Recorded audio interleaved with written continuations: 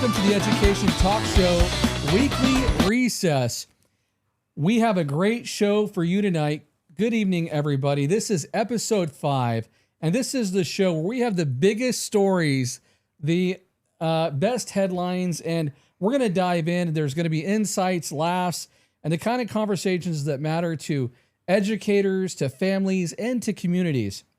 But before we begin tonight's conversation, we do want to pause for a moment and just acknowledge that today is September 11th, and it's a day of remembrance for the nearly 3,000 Americans who lost their lives in the 2001 attacks. And to the families, the first responders, and the communities that still continue to feel the impact, our hearts go out to you. You're in our thoughts and prayers. And also, we do want to acknowledge that yesterday there were 2 other tragedies. In Colorado, there was the school shooting at Evergreen High School, and then there was the Charlie Kirk assassination in Utah at a university. And so, you know, our thoughts and prayers go out to the victims of both tragedies. And, you know, being an American, you know, it means, you know, carrying hope and especially unity during times of crisis like this. And so we just want to acknowledge those events and what happened there, but also we want to remember and honor those victims who lost their lives. We will discuss that more during this segment. But, you know, on that note, I also want to share that a resource, it could be a useful resource. On our show, we recently had Dr. Robert Martinez, or Dr. Rob Martinez, and we had an episode that focused entirely on the theme of resiliency.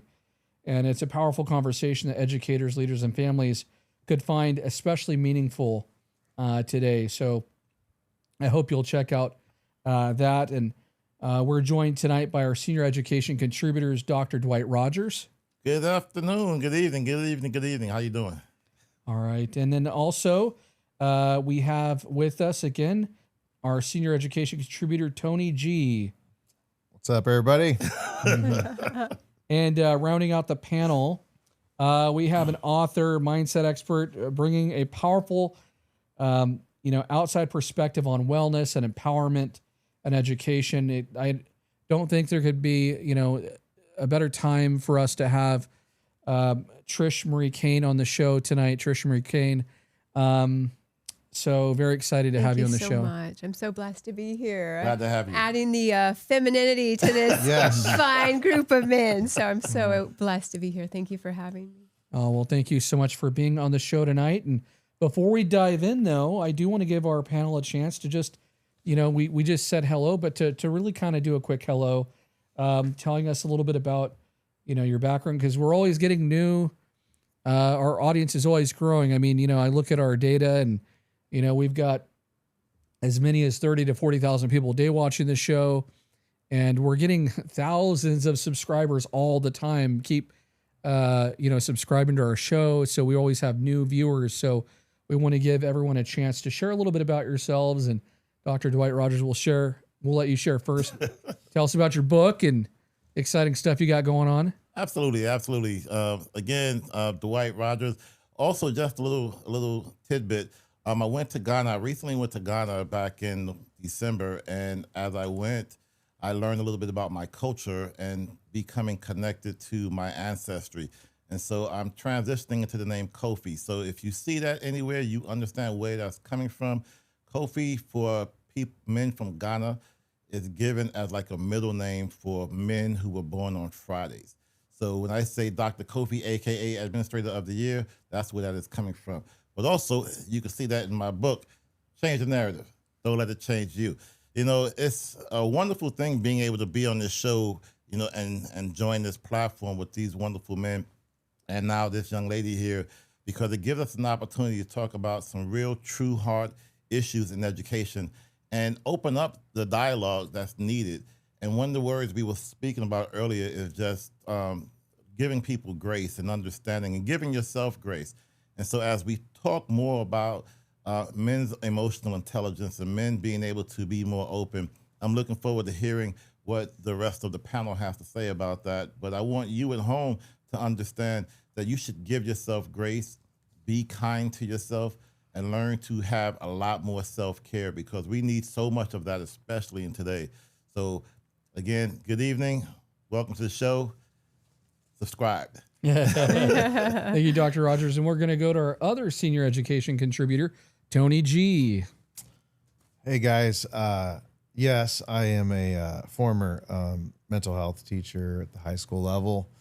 I did that for 10 years. 5 years I taught out at CYA and as a high school teacher. So I've been immersed in mental health and oddly enough comedy for around the same amount of time. Mm-hmm. So I'm here to contribute mental health and comedy. I don't know how that's going to work, but it's working out, right? Just like Rodney Dangerfield, work it out, right? That's absolutely.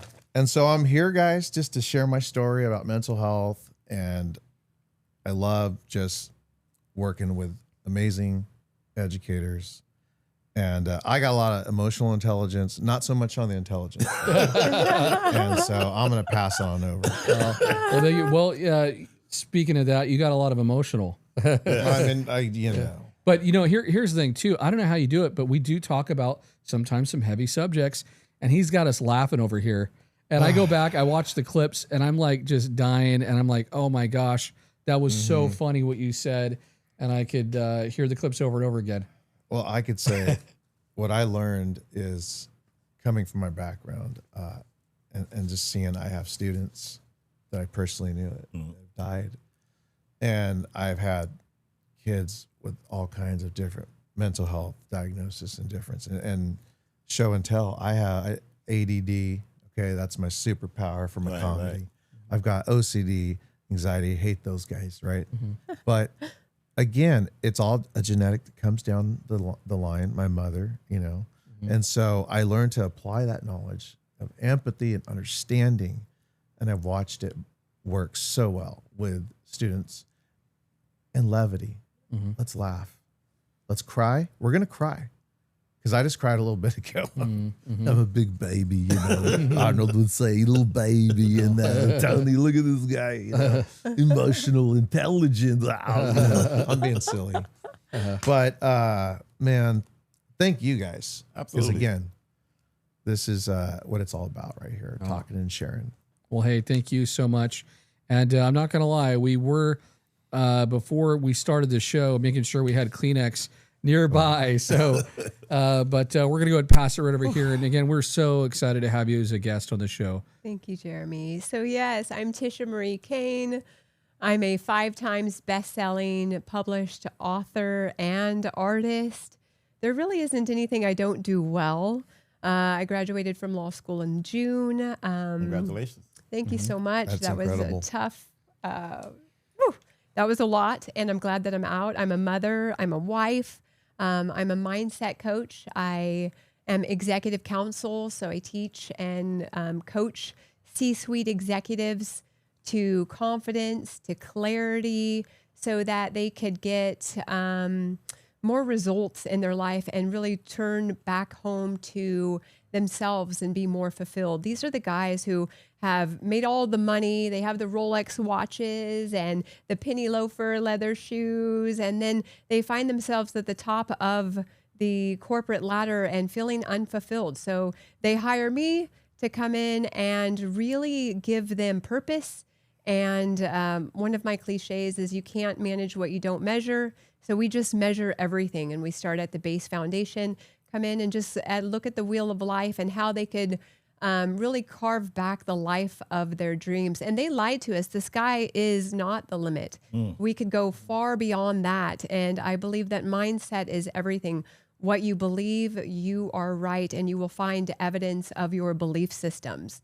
So what I do is I help you challenge your core belief systems to really start to understand and comprehend, rather, being more impeccable with your words, comprehend, why do I believe what I believe? And a lot of people don't know. So we just carve back that and really get them set in the right direction to understand where they are and why they believe what they believe and how they show up in the world. So I'm so blessed and honored to share my voice here. And Jeremy, thank you for giving me a platform and a megaphone for my voice, because I have a lot to say and I'm here to educate. I've always been a preacher and a teacher. And I also believe that whatever you got in trouble for as a kid is actually your superpower. So they were always like Tisha Marie Cain. And I'm still getting in trouble. Yeah, I bet you That tells me all the Tony. time. I'm getting in trouble. My ADD. They're like, Miss Tisha Marie Cain, sit down and be quiet. And I don't sit still much. And I have more words than the Bible concordance. Let's be real. So I could riff on any little topic. So I'm really excited to be here. So thank you so much. Well, we're super excited to have her. And it's funny because people have asked me, hey, where did you find her? I said, well, I was driving down the freeway and I saw her billboard and I just called the billboard. Oh, thank you so much. He mortgaged his house. But seriously, though, I mean, you've got billboards. I did see one. See one.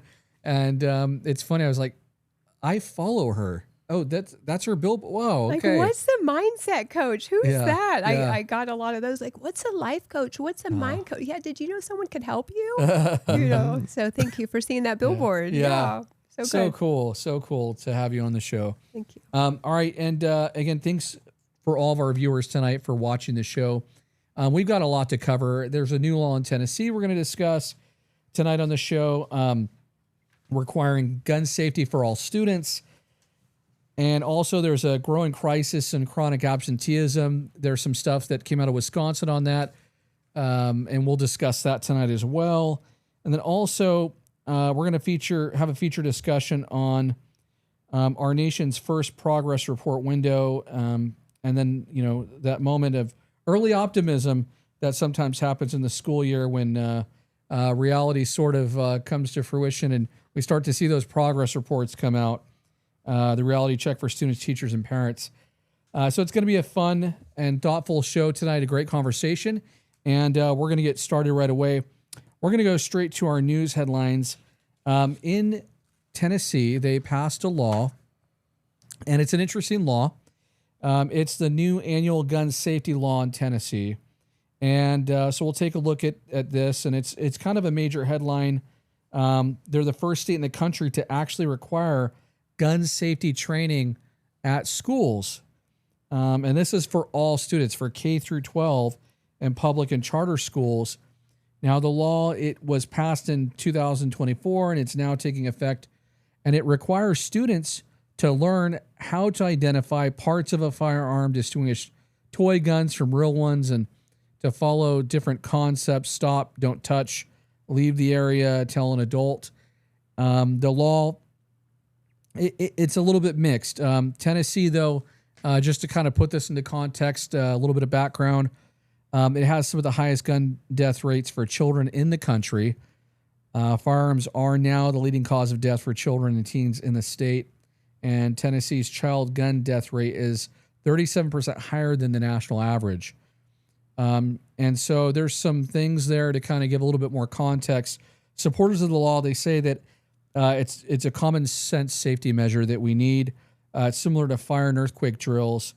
But critics do argue that the law shifts responsibility onto children rather than addressing the gun access at home or holding adults accountable. So there's those both sides. And so I want to start off. We're going to go to Tony G first for this one. Okay. And then also we're going to put you in the spotlight first. Oh, I feel it. And I think, of course, we planned this out ahead of time, but, we just now had 2 shooting incidents, right, that we discussed. And so, if this law had been around back when you were in the classroom, how do you think students might have reacted to a lesson about gun safety? Do you think they'd be receptive? I mean, and we've got a few other questions, but we'll start with that one. Well, I'll start with saying Tennessee is not California. Yeah. And that's a big one right there. Mm-hmm. I think that's a mic drop. Mm-hmm. No offense to Tennessee. Mm-hmm. Incredible blues Elvis, am I right? Yeah. Yeah. I feel you, Tennessee. Uh-huh. I can roll with you. I got Tennessee hating on me now. See what I've done in my career? I've alienated Tennessee. But the population density of California it's insane. What are we at? Like almost 40 million now? Or what? Yeah, 37 million or whatever. Again, we're talking 38 million. Undocumented. Look at me, I'm malfunctioning, right? Undocumented. Again, you're talking about big numbers. Yeah. Okay? I'm a comic. You know, I was a professional mental health professional teacher. So I've been Ubering, you know, in San Francisco, and it's just dense population. Yeah. Okay. You sit in traffic a lot, is what you're saying. Oh, traffic, the restaurants, the shows, the mics, the people, the stresses. It's a lot of stress. Okay. California's different. You got to think about that. There's omitted variables. Now I'm going to go econ, go back to my econ knowledge. There's omitted variables in data. What are the omitted variables we're talking about here? I think we need to look at all of that. I do commend state by state. That's the beauty of this country. States have that right, and they should. And let's see how it works, right? Give it time, see how it works. And then let's come back to the table, right? And for you, you know, you'd say like, you know, there's other things that maybe we should put at the top of the list. Mental health. Yes. Focus on that. Working on here, empathy in and California. Yeah. But you want to share a little bit about that real quick, and then we're going to go over here and we'll get. Yeah. I mean, I was just really emotionally blown away. Again, my heart goes out to Charlie Kirk's family. I didn't even know him. I didn't follow him, not because I was against him. He just wasn't my style. Wasn't my style, you know. I went to Sac State Econ, right? I listened to Michael Savage. You guys know Michael Savage? Oh yeah, yeah. I've heard This of is my, you know, Michael Savage, and so he just had stories and just. But that's not what Charlie was, right? But he did what he believed to be true, and you have to commend someone to live a life like that, right? What they believed to be true, they did it. As long as, and I say, as a mental health professional, I say it jokes on stage because we try to bring levity. I go back to mental health, and I tell on stage, I go, come on, guys, I just share what I have, and I said, let's just not hurt anybody. Can we just not hurt anybody? And that's where that empathy comes in. You want to not hurt. You're hurting. My kids in my class were hurting for all kinds of stuff. Disenfranchised kids. I could go into details, man. It's just darkness.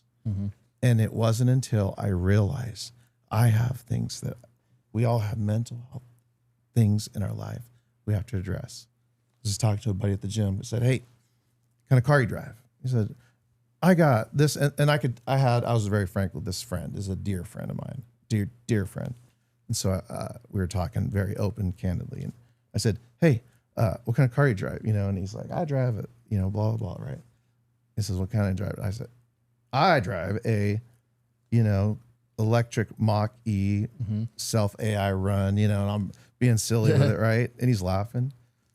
And then I go, I share it, you know, and I go, because he already knows I'm very open, I'm an extrovert.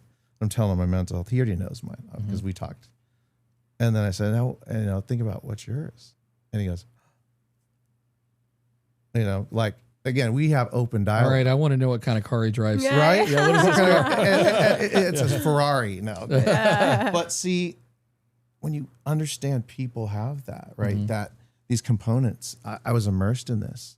You start to develop empathy for them. Yeah. And so my heart goes out to so many people, the school shootings, the kids, the families, there's so much hurt. They're hurting everywhere. There's hurting. We have no choice, right? Because the other way, you know, violence begets violence. Yes, yes. Now, one of the things too, kind of been preparing for the episode tonight, you know, we look at all the news stories and try to filter through them. There's a lot, of course, that, you know, happens in education every week. And we want to bring our audience the latest stuff. You know, this new law was one of the most recent stories. But there was a panel discussion too with some teenagers, high schoolers, 11th and 12th graders in Tennessee. And they discussed kind of like, you know, what was going on, the climate in terms of, you know, gun violence that they've experienced in their communities, but in the state as well. and they're very, acutely aware of, of the safety concerns, and it's certainly on their mind.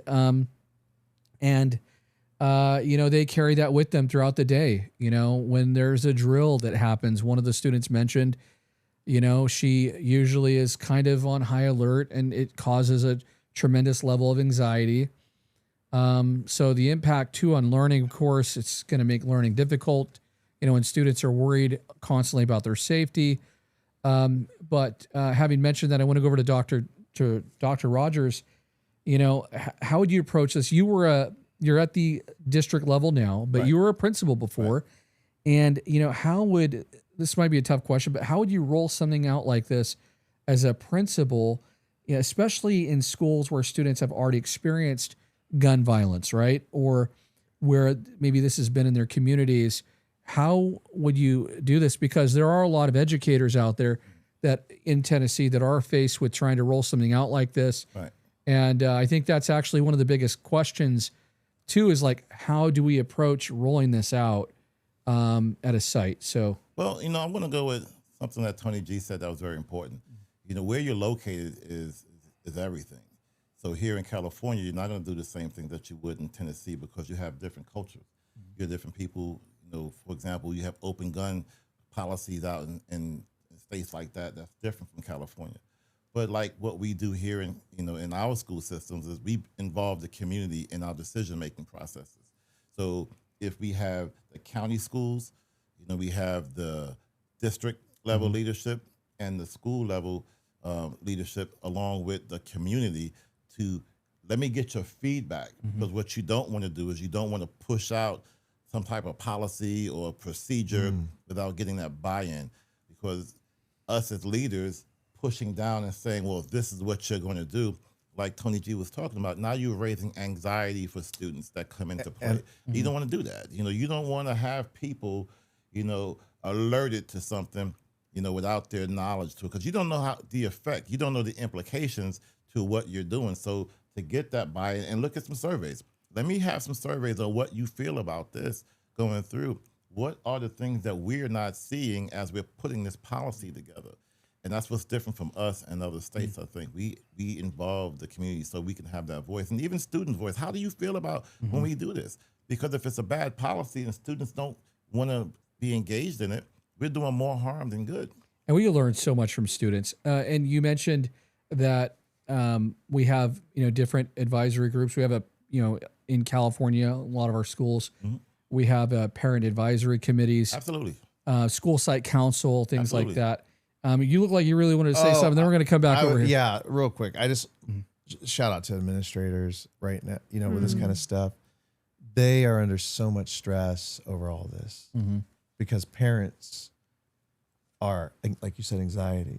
They're hammering them. They're hammering, and they need to, so, because you want to assure, hey, I see what's going on out there. People are angry for whatever reasons, right? They're angry, and they have to be the PR. They have to we're going to make it work. We're going to keep them safe.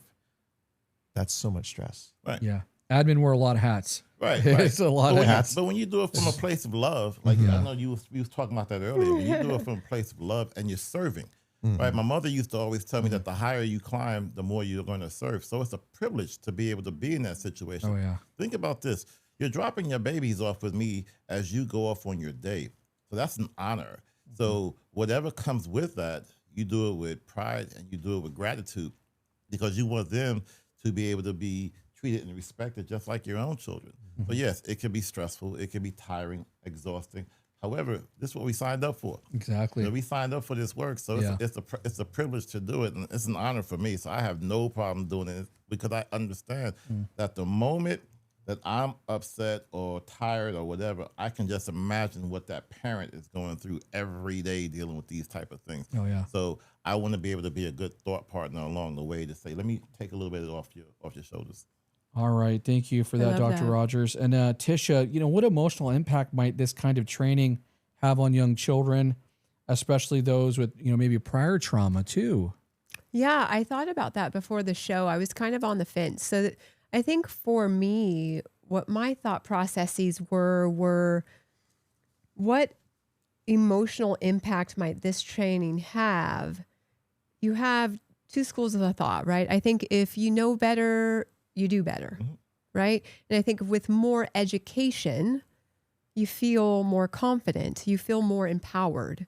So if they did a segment where it's very structured, stop, don't touch, leave the area, and tell an adult some easy, digestible things for kids to pick up, like stop, drop, and roll when there was a fire, and kids could just really know the framework, I think they would feel more empowered if they saw a gun there on the table. But along with Dr. Rogers, what he said is, getting the children's voice, because what I read about the law was that they're starting at K through 12, right? So Yes. K. So Yep. then I put my mind in the frame of a first grader, right? And so I wonder if, it's going to have to be a conversation where we put our kid gloves on and say, hey, does anybody, and get the children's voice, hey, has anybody saw a gun before? And that little first grader is going to raise her, yeah. And you're going to have a school of thought where, yeah, my daddy pulls those out all the time, or my mama did this. And you're like, oh, okay, well, we could kind of segregate that little girl and maybe pull her aside and see, if this is a trauma response, this is something that she went in, but getting the children's buy-in before we totally just roll out the education. I'd kind of get a temperature on my littles in the classroom to really comprehend each of their family dynamics before I roll this out. So that was one. I think empowerment, they would feel more empowered with the education. And then two, coming from trauma, domestic violence too was on the rise too. And so I look at that this could reopen some wounds that we don't know about. So I guess really what kind of surveys can we get out there? And they could be little simple ones, especially the first and second graders, to really understand and comprehend where the children are coming from first, because I think each teacher has, a temperature on their classroom, on their students, or they would after, a few months, and then be able to roll it out what's best for that class. Right. And something you said about surveys, school districts have surveys that they roll out as a routine all the time. And I know that to add another survey is frustrating for a lot of administrators and educators. Oh, I bet. So to add on just questions to the existing surveys about gun violence, or just how do you feel about these type of things, could be included in that. So it's not another thing, but just in addition to what's already in place, to kind of give people an opportunity to just be thorough about it. Because, you can make a survey comprehensive enough to say, well, what are our top agenda items that we need to, explore and discuss and be able to have in that? But one switch real quick. I often think, we're so reactive, with these things. Well, something happens, well, how do we react to it? When I took that trip to Ghana and over there, they had like no gun violence. There was no gun violence. And then when I was speaking with some of the locals, I'm asking, well, why do you not have gun violence? And they responded, well, we have no guns. For what? Why do we need them? And it came to mind that, we as a country, we want to protect this Second Amendment, and we want to protect people having guns so much. To what detriment? At what point do we realize that we're causing so much harm by allowing these gun laws? And of course, you have people out there with policies and wanting to have their guns and all of these things, but we don't have any real solid rules on being able to govern it. And we keep being reactive. This is another story. We've had this story over and over and over again about another school shooting, and then we react to it. And then how long does that last? Well, enough until the next school shooting. And so it's going to continue happening until something drastic happens where we change and we pivot, and we no longer become reactive, and we become proactive in dealing with these situations, because it's not going to get any better. I love that. Yeah. And, do you think that this policy, do you think that it has the potential to help or maybe harm efforts in schools? How should districts respond through a culturally sensitive lens? It's the bat phone. Go ahead. Well, I think that with the policy, we would have to, again, go back to surveys and just the communities and asking ourselves, where are we with those responses, and being able to provide people with a true picture of what the folks in that community are saying. You know, different communities, different outcomes.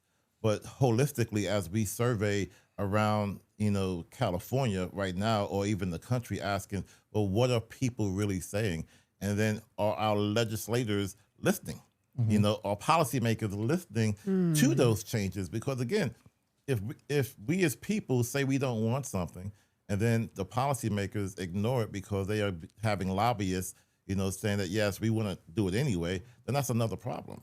So I think that's why voting is so important, to get people in who will listen to the people. Jeremy, that was your wife too. She ordered pizza. We got a little pizza on the way. Thank you for taking care. It's So so that's what's good. up. We're all hooked up. It's happening. Make sure mine has some pineapple on it. Oh, I hope so. I could smash some Hey, pineapple. that's controversial. Call me controversial. I want pineapple. Absolutely. Give it to me. I'm from New York, and I want pineapple on Listen, my pizza. I love pizza. It's glorious. I think it's glorious. Pineapple on pizza? No, absolutely not. I mean, okay. as long as you can have pepperoni. But I can pick it off. There's no controversy. All right, in fine. here. There's no controversy. Well, in my this wife room. likes the is it like a margarita pizza or something? Is that I say it right? Just the cheese. Oh, and the a cheese slice and of tomato. tomato. That dollop of cheese on it, I don't like that. Well, I don't you know. don't like She's probably mad at me right now watching, going, you don't even know the name of my order after 19 years almost of marriage, and I don't know her order still. This is ridiculous. Well, hey, actually, this is a live show, so you're at home Honey, watching. I'm sorry. you I gotta better get it ask for right. forgiveness. I think it's a margarita pizza. Honey, is it? But back to what Dwight's saying, culture. Culture, man. And I you know, I grew up here in Manteca, and I'll just say it, you know, I was around a lot of white friends. I got my best man's named Brock. Okay, he wears Wranglers, salts of the earth, just a beautiful guy. And you know, I always get made fun of back then. I don't speak Spanish, you know. No hablo inglés, you know, and I'm trying to. It's embarrassing, right? But then my wife too. But it's our parents' fault. That's what we blame. Yeah, They didn't teach blame us. them. It's good. So I'm like just in a place where when I taught and I learned, and you have to be around these kids, right, that I'm working with, and you have to immerse yourself. And I've gotten immersed in so much culture just because I wanted to connect with the kids. Right. And so back to culture. It changes. You have to respect culture. So much goes into that. You have to. I'm sorry.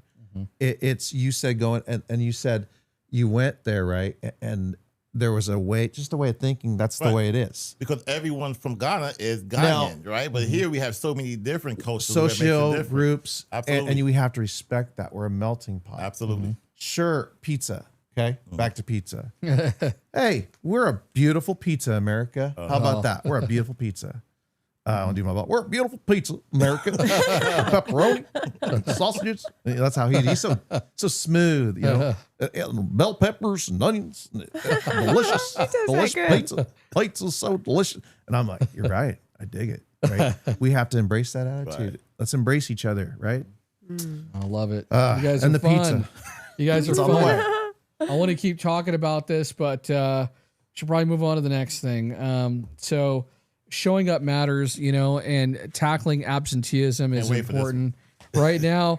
Well, and I don't know, should we share this, Dr. Rogers, about me and you, our connection? Absolutely. Way back when? Do it. Absolutely. So this is kind of a cool thing. So Dr. Rogers lived in Southern California for a little bit, way before we met. No. And yeah, he lived in some amazing places. But what's funny is me and him both coincidentally had an article published in the same magazine no. before we knew each other.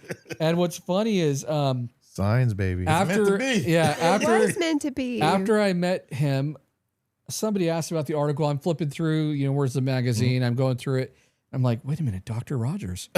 Wait, I know him now. And I'm like, wow, we published this. And of course, you submit the article like months in advance. So it's just kind of ironic that we Those both aha wrote a piece on moments. attendance. Right. So we both, you know, have a connection so it was there. on the same topic, even? Same topic. We both submitted an the article, Right. and a lot of people submit, a lot of administrators throughout the state. And we were the few that were fortunate enough to get published in this magazine.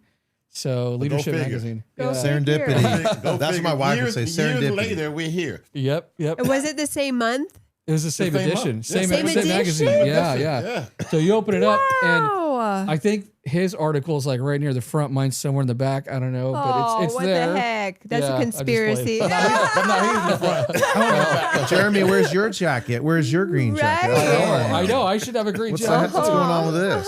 But so we you know, hey, this is I think it's a topic we share a passion Right. about. Yeah. Is improving school attendance.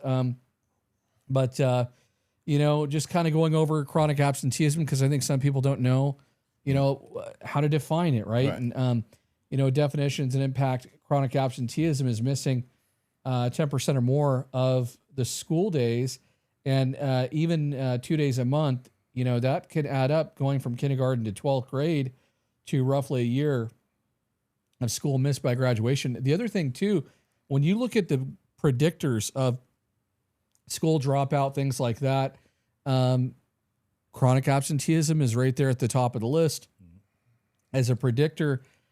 So showing up to school is very important. And since 2014, chronic absenteeism has nearly doubled. Again, this is recently an article in Wisconsin. So we're talking about that. 19.5% of students K through 12 were chronically absent in 2022, 2023. That's by Wisconsin Policy Forum. The thing is, though, this is an issue across the country. I mean, It's not just Wisconsin. This is something that I think, you know, we've been really struggling with post-pandemic. Big city rates for chronic absenteeism, like Milwaukee, 44%, Green Bay, 29%, etc. So I want to go to Dr. Rogers to start this off. You know, how would you sort of prevent? Sometimes there's this punitive sort of drift that can kind of happen with students that are absent. Sometimes that's the knee-jerk reaction is consequences. Right.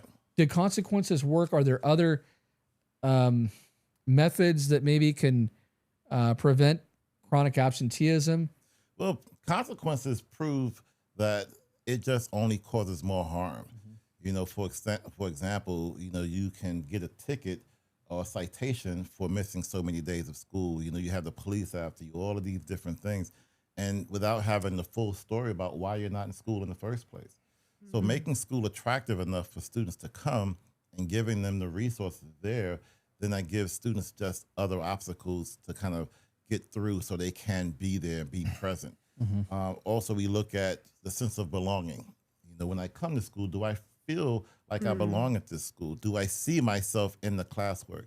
I know a lot of districts now are talking about, you know, again, how do you get, you know, the teachers and the educators and the administrators, you know, in that space where they can, you know, where they can project those images so students can see themselves in the curriculum.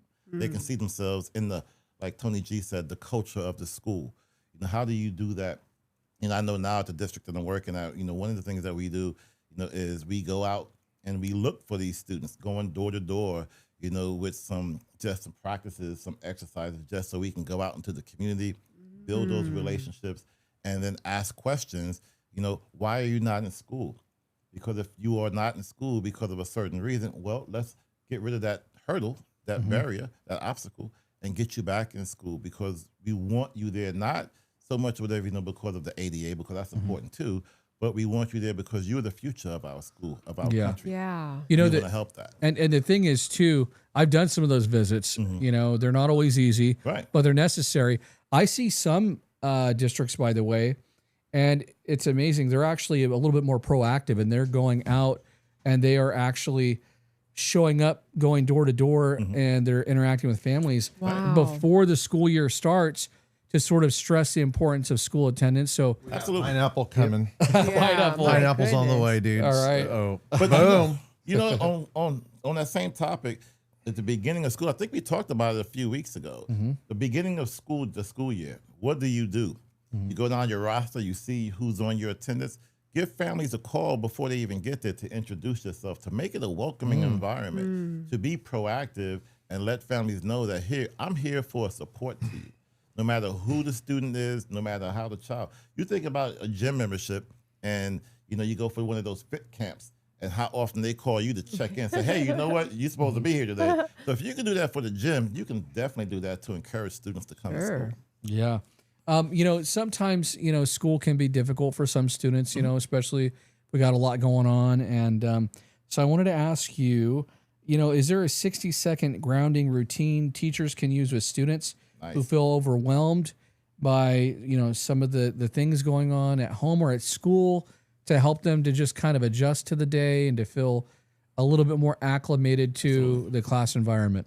Yeah, absolutely. And I think, it's hard for educators and teachers, and especially when their students are absent, that they could really, I think it's a case-by-case basis, but when they look at the child themselves, like, okay, why isn't Jimmy in class today? And then really, I kind of like to send a white light out to the family, like telepathically send a white light, wrap that family. We don't know what's going, happening in their life right now. And teachers can just take a moment and just project out love and light to the family, and then maybe make the call and say, hey, is there anything I can do to support you to get them back in class? And just really take a moment to energetically send light and love to the family before you make the call. I've done that too, where it's like, okay, let's take a moment. How am I going to respond rather than react? How I'm going to respond to their absence. We don't know what's going on at home. We don't know what's happening. And then make the call. Yeah. Like really just pause. I think there's powerful moments in the pause as teachers. And I know time is of the essence too, but it's like, okay, can we take it case by case and look at the children? Okay, this child's been absent a lot. What's going on? Really dive in and understand where they are as an individual before they reached out. And I think that might help. Even when they come back to school, when they re-enter, there's a process. Yeah. So we have ambassadors sometimes at schools that say, hey, when this student comes in, they come into a community where they don't feel isolated, where they don't feel like they don't know anyone, and they have that welcoming. Think about if you've been gone from work for a while or whatever, you get back, you have to, get yourself back into the groove before you feel comfortable again. Kids are no different. We need to make it in a welcoming environment when they've been gone for a while.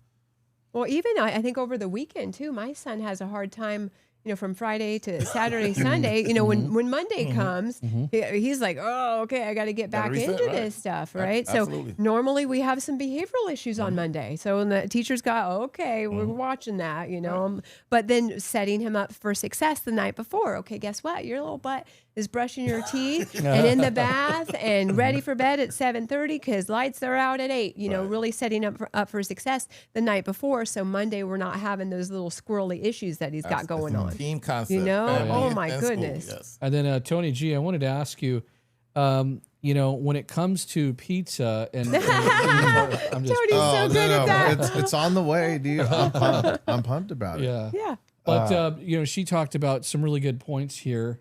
The weekend can be tough for kids sometimes. Absolutely. What are some things as a former teacher that can kind of help kids to be ready to be at school or want to be at school?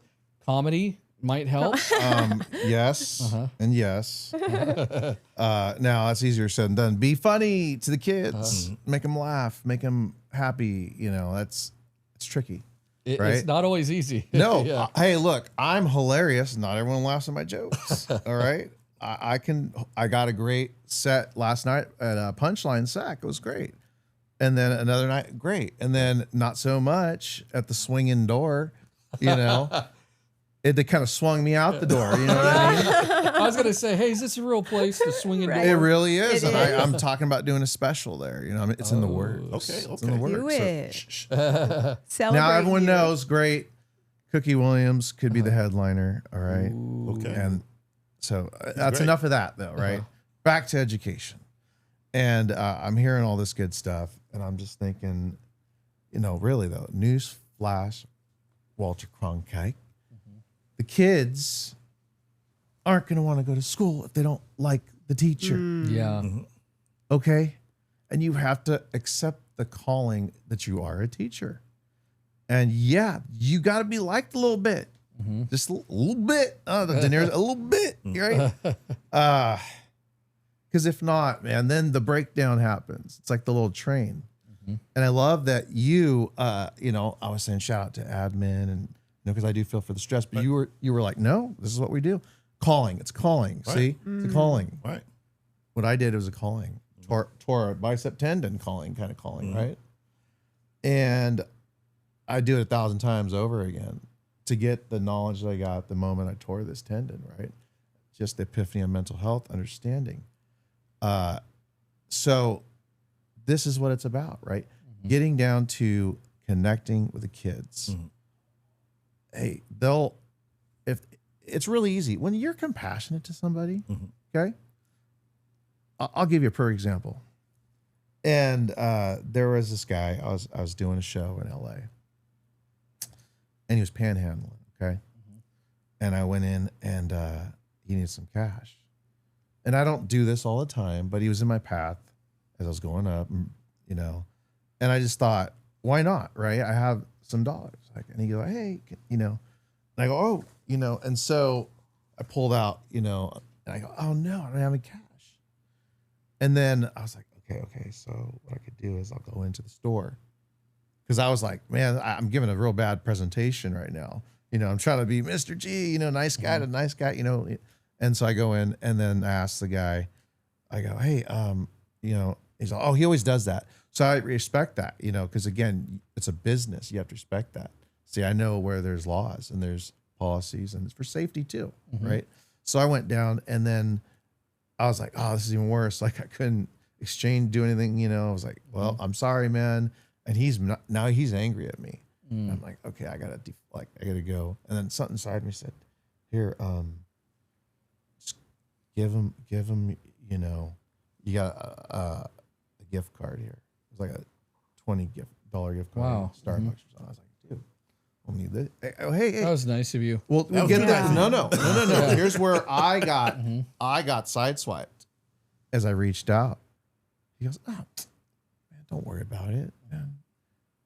He goes, looks at me, you have a blessed day.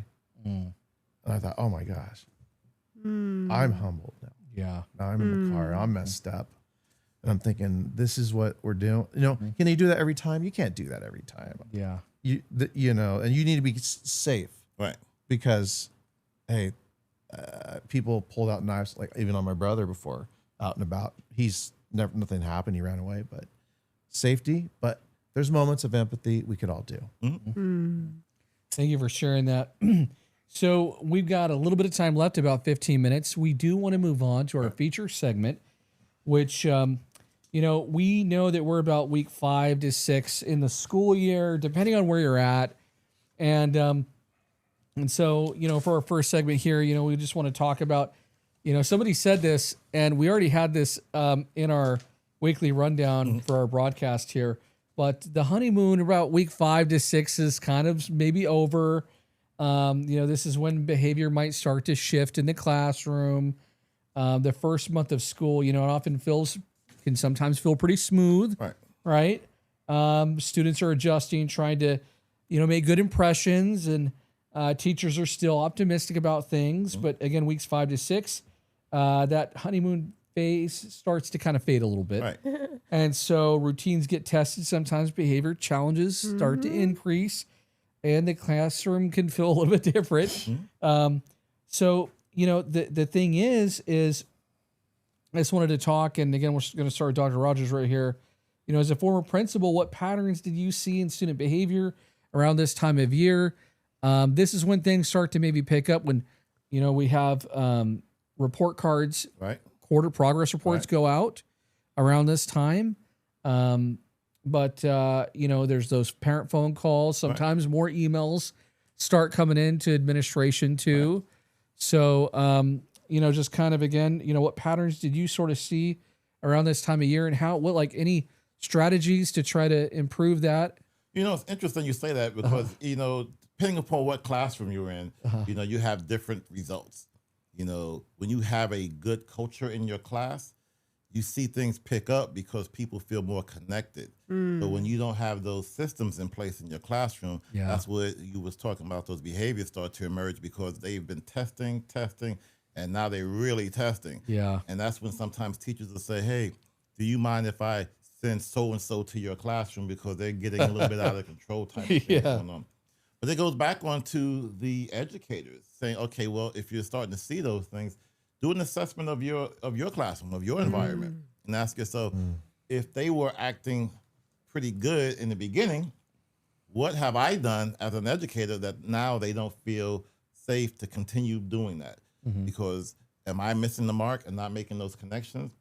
Am I doing something as an educator that these young people that I'm in charge of are no longer doing what they have shown me that they are capable of doing? So I look at it from a standpoint of, yes, they start testing those waters, but as adults, you know, there's that saying, I'm going to plan your day so you don't plan mine. Yeah. Ooh, I like that. I love that too. And you know, that to me, it goes to, you said systems, right? You got to have those systems in place, instructional management. Absolutely. You know, do we have bell to bell teaching, or are we wrapping up a little bit early? And, you know, but, you know, there's a lot of different strategies that you could use. And also going kind of back to something that you said earlier, you know, I've said this before multiple times. Students don't care what you know until they know you care. That's Absolutely. a common saying, right?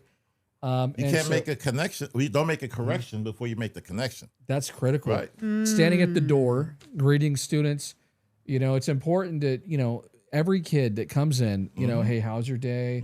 Hey, I love that. Knowing their are name. those new shoes? Knowing their name. Yeah. How did the how did the game go last night? Yeah. You know, to build those connections is critical. Absolutely. Right. But yeah. And I want to mention, I got a business idea. We need to have people like you. Mindfulness.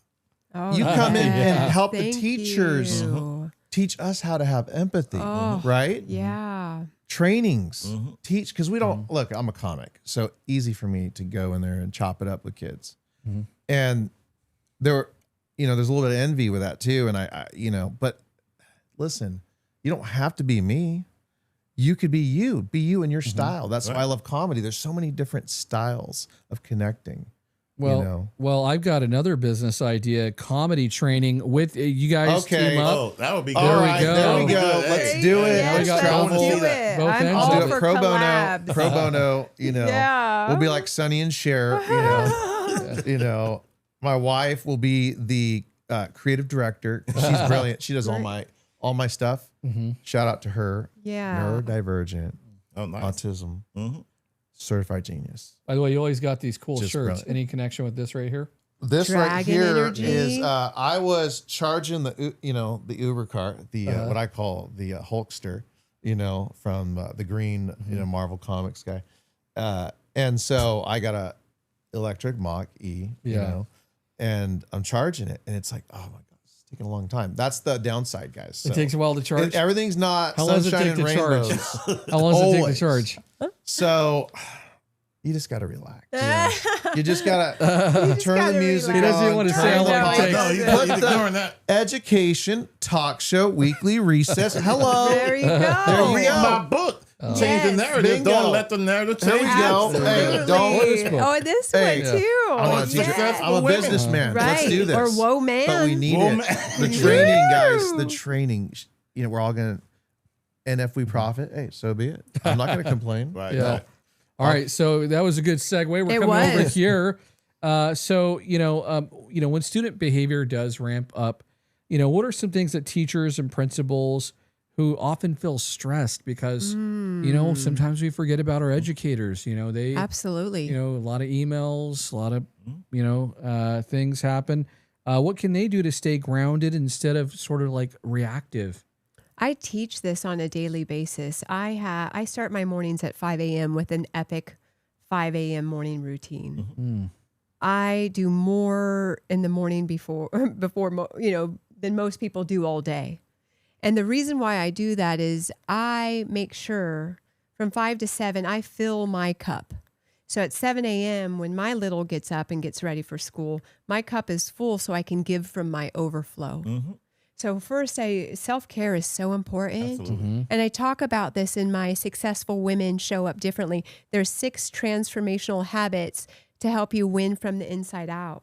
And these 6 habits are easy, digestible, where you can have an epic morning routine, fill your cup. So when, as a teacher, as a professional, as a principal, by the time you hit those gates, your cup is already full. So you're given from your overflow. And so you're so grounded by the moment you walk in there. And I do this just on a daily basis because, you know, I'm a giver. That's my love language. I love to give, and I give to my family, and I give to my community. And I found myself burn out and overwhelmed. And I'm like, how do I fix this within me? Because I'm one of those coaches who I walk the talk and talk the walk. And the biggest thing for me is I don't like it when people are not congruent, right? If I'm going to teach you how to release weight, I'm not going to be 400 pounds. If I'm going to teach you about mindset, I got to be congruent in what I teach. And so if I'm teaching my clients how to give from the overflow, that I got to make sure that I do that first. So I have I model it. I come back home every day. Like how do I correct and come correct in who I am as a being, a child of God, and then fill my cup and then take care of the world. I love that. And so I just get so grounded even before I leave the house, and then I'm ready. It sets the tone every day, you know. And I think that there was, who was it? The Navy, someone in the military said, make your bed every day, right? So you had that one little, who was it? Wait, you were in the Army. I was in the Air Force and the Army National Guard. I never make my bed. So you make your, so Tony, you need to get on always make my bed. you need to get on It's the funny. boat here. So it's funny. You're in trouble. Okay. No. This is weird. So, okay, I was at my buddy's house, and you know, I'm like, you know what? Do I just want to do Uber? Right? Of course not. It's not enough money. So I was talking to him, and he's like, hey, you got to do Amazon Flex. He's like, you can do all these shifts. You do like 4-hour segments. I was like, or no, 3 or 4. 3, again, really short, right? And I was like, okay, you know, it's interesting. And I look, and I'm looking at the time frames. And I go, well, I got to do comedy. I got these shows booked already. I'm going to be doing Murphy's next week. I'm going to be doing that, you know. So I'm like, can't just do any hours. And then I look at these 4 a.m. slots. 4 a.m. They actually have that? 4 a.m. slot. And I go, can I do that? I don't know, Lord, if I can do 4 a.m. You go and get a few hours. And now you're in? saying 5 a.m., right? Absolutely. I get up at 5 a.m. You know every what? morning. I'm going to try how many times I'll do 5 a.m. It's a mindset. to next week. It's How a many can I do? mindset. Yeah. Can I do every so day? if you were my client, Tony, Okay. you step on into This my. is free, right? Okay. It's I'm free. not paying. We got talk to me. a few more minutes. We got to move to the Uh-oh. final Yes. words. I'm getting therapy right Yeah. now. She's Yeah, teaching you Go me. ahead. are. Yes. It's just like, can you be more devoted? If you can be more devoted to self, do you know how that overflow is going to flow into your wife and your children and your community? It comes back to home, brother. Ooh. Can you be more devoted in your practice to self? And then once you show She's up, good. Yeah. thank you. Once Yeah. you show up and you're fully online, do you see how your family and your community get the wholeness of you? As long as I'm not tired all day. Go to I'll be TishaMarieCain.com and schedule your next appointment. Okay. I can do it. Right? I can You do it. it. I can but do no, it. I mean, let's check in with him in a week and see where you keep are. me We accountable need to- how many yes. times I do it. Okay. Mhm. What you'll find is it changes Yeah. your life because you're more devoted to you. When you bring it back home, All right. it changes your life. And so with that, we're actually going to come back around. And here's the thing. We've got our final word segment because we got a few minutes left. We want to end on time. And so we're going to do our final word now. At the final word, you get an opportunity to share any resources that you might have, like your book or anything like that, comedy shows you might have coming up. But also we give our panel an opportunity to share any final messages with our audience. I think what we'll do, any takers, you want to go first? We'll go. I think you're ready to go. No, I'm not ready to go. Okay, yet. I'm not okay. ready to Well, go. yeah, I think you're ready to go. You're Okay, I'm warmed ready up. to go. Yeah, I'm There we charged go. up here. So some final word segments. You know, we talked about some tough issues today. I mean, we're in some dense energies right now, and it's how we navigate these times. It's how we take responsibility and we're able to respond and bringing it back home. How we come correct. You know, I think there comes a moment in everybody's life where we have to atone for all the wrongs that we've done and really just step into what we have to offer the world and being serious about our mission and not about our mood. Absolutely. And showing up for these children in a way that we don't know what's happening at home, but we know what's happening in the culture that we create in the classroom. And in the classroom, it's about love, and it's about connection, and it's about learning so that we're all brilliant and smarter and educated to the fullest degree of who we are. And I teach and preach about education, and the more you know, the better you do. And if you're looking to transform your mindset, if you're looking to grow in ways that you never thought possible, I'd love to be able to support you. I'd love to be able to give you my tips and tricks. When you come into my energy, I'm going to give you 3 years of fire hose information, and you're not going to be 3 years older. I can collapse time for you because God has gifted me with a higher conscious level to really comprehend why do we do what we do? Why do we do what we do? And I have a love for humanity. I have a love for these children. I have a love to teach and help us all bring humanity up to a higher perspective that we won't harm anybody. Nice. And do you have you said you have a website? I do. Yes. It's www.Tisha Marie Cain, CAIN. It's biblical, of course. Mm-hmm. I thought after law school I was going to go to Bible school, and then that's a whole nother segment. We could talk about that. And then I'm a 5 times bestselling author. You can get my books on Amazon. And I what's talk this about title all right here? This is Successful Women Show Up Differently: 6 Transformational Habits to Help You Win from the Inside Out. And that's what I talked about, bringing stuff back home. We have to take responsibility first. It starts with us, and then we fix us and how we respond and not react to different people and behaviors. And how is this me? And I teach this in my coaching sessions, where if you bring something to my coaching session, I say, how is this me? Right? So if you're seeing some ugliness, how is this me? And then you clean up the projection within inside you, and then miraculously the outside world cleans up as well. So I'm like, how do I bring that back home? And then you're on social media too. I am. Yes. All platforms. And we got to get ready to move on, but I just want to say it has been an absolute pleasure to have you on the show. Thank you, Jeremy. And I love this. I don't know if it's the show having this effect on you, but you already sound like an educator. I mean, you sound like you could be a school principal over here. Thank Classroom you. culture. Absolutely. I mean, look at this. This is awesome. Thank you so much. I So appreciate that. it's been a lot of fun having you on the show. We'll go right over here. I think you're ready. I'm You ready. ready? Let's go. Okay, so we talked a lot about mental health and being able to have supports, right? And with me looking at how this book came about, I looked at, again, students who felt like they were not seen in school. And as I go through my journey, I offer opportunities for students to do some critical thinking about their own lives, but not just read about it, but they're also, I'll give you a sneak peek. There's some resources in here that you can choose.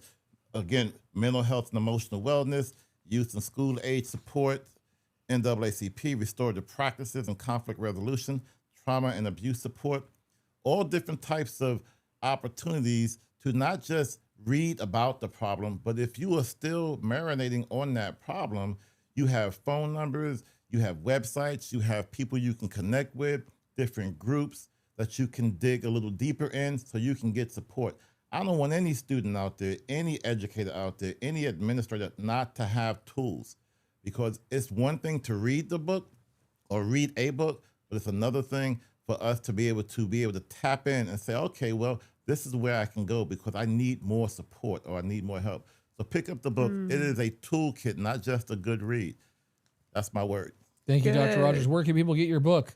You can get my book off of Xulon Press. That is XULON Press. Or you can get it from Amazon and Barnes & Noble. But like I said, they take 40%. So Be mindful. be like, All right. Do you get the audio version too? I'm going to have the audio version for Christmas. I would love the audio version. That's going to be my I Christmas would gift. love I'm going to have an audio the way- version. I'm waiting for with your voice. not my voice. Yes, Oh, sir. My voice. Oh, that would be Absolutely. miraculous. I think absolutely. so. So we actually have, I know how if you want, I got the hookup on that. We just had a short that we did, and like 30,000 people watched it, hundreds shared it, thousands of people liked it. And people would say, how did you make that? Of course we made it Right. from scratch, but people were like, that's an AI voice. That's Harrison Ford. No, we recorded it. We did everything from start to finish. And it was a Labor Day tribute that we put out. But I've got the hookup, so we could talk You later. know what? I told you, God brought me here for a reason. Yes. It's not by Can I get throw a me in private that personal hat. version of you? Yeah. And I'll listen to it before my comedy, Hey. like get into the groove. my team, my family, my village. You can have whatever you want. Right. I need that. Sir. I need it. Oh, I love that. All right, Tony G, take us home. You got, and I want to hear, you got some comedy coming up? Yes, Murphy's. That is Tastello. I'm gonna have the deets. Okay, that's what the kids say. The deets will be on my socials. My wife's again. You don't know the date. You don't know the date. I don't know the specific date. We're celebrating our 19th anniversary. Congratulations. And at Murphy's, So great. doing comedy. Wow. Doing comedy. Congratulations. Wow. So it's awesome. You know, this is crazy. 19. I said, I looked at her dead straight and I said, we're doing salsa dance for our 20th Yes. anniversary. She looked at me, you're crazy. So Where's Murphy's? what's that? Where is Murphy's? Murphy's is as you go towards past Sonora, you keep going up the hill. hill. Is it in Manteca? No. We It's have another no town hills up in in the Another mountains. Manteca. town. Yeah, up the Yeah, hill. Manteca, as you know, gotta is go. large. It's Because you're like, hey, There's I'm no coming. hills.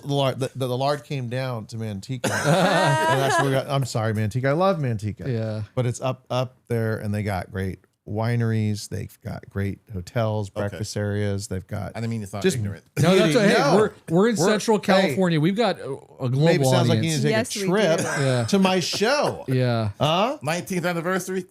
And my 19th anniversary. You have to come now. Yeah. Hey, it's fun place. And Murphy's it's a cool town. It is Right? cool. And there's other stuff I'll share with you too later about, that area, cool area. Okay. But yeah, they The got ghosts aren't wineries. real, There's- Dwight. Yeah. Don't worry. No, Okay. there's no ghosts. Okay.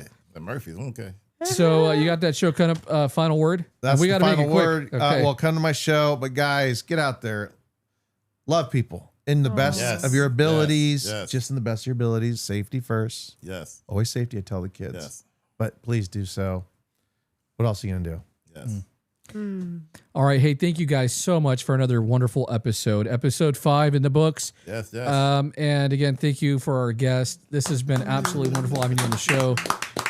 And again, check out our other episode with Dr. Rob Martinez. If you haven't seen that yet, it's a resiliency blueprint. He did amazing. People are loving that episode. Check it out. We could use that, I think, so much right now. And again, hey, thank you to our control room. We got a control room in the back. Bravo. yes. Yes. Bravo. Great job. Yes. They're So working hard. blessed. They're always Where's the working pizza, hard. though, man? Yep, Right. yep. Pizza's coming. And you know what? RG, our buddy RG, our graphics designer, he's always doing our graphics for the show. He needs a shout out too. So RG. It's, thank you, RG. He does My the lower goodness. thirds. RG So- could have made a little more muscle on us, right, Jeremy? A little more muscles. No, I'm kidding. So yeah, thank you guys so much. And thank you for spending your evening with us. That's all for now. Take care. Take care. Guys. Thank Bye. you guys.